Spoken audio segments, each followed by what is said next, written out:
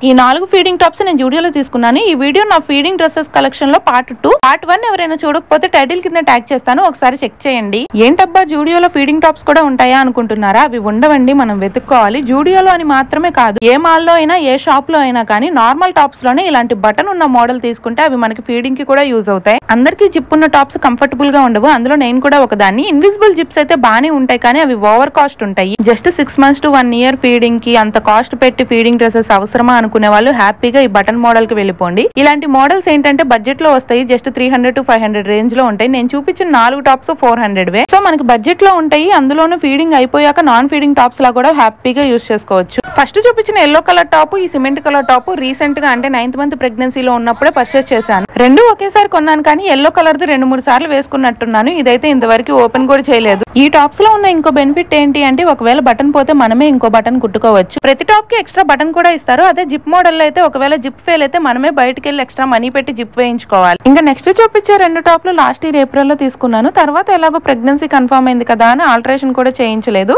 Already last 6 months videos లో చాలా సార్లు ఈ టాప్స్ మీరు చూసే ఉంటారు. ఇంకా కొన్ని టాప్స్ కి అయితే బటన్ మోడల్ లోనే ఉంటాయి కానీ జస్ట్ ఆ బటన్ దగ్గర అటాచ్ చేసేసి ఒక కుట్టు వేసి ఉంటది. మనం తీసుకున్నాక ఆ ఒక్క కుట్టుని ఊడ తీసుకుంటే సరిపోతుంది. ఇంకా ఓపెన్ బటన్ టాప్ లాగా బాగా యూజ్ అవుతుంది. ఇప్పుడు లాస్ట్ లో చూపిస్తుంది అలాంటి టాపే అనమాట. కాకపోతే కొనేటప్పుడు కుట్టు ఊడ తీయడానికి కుదురుతుందో లేదో చూసుకొని కొనుక్కోవాలి. నా ఐడియా నచ్చితే లైక్ చేసి సబ్స్క్రైబ్ చేసుకోండి. న్యూ మదర్స్ ఎవరైనా ఉంటే వాళ్ళకి ఈ వీడియో షేర్ చేయండి. అంతే ఈ వీడియో.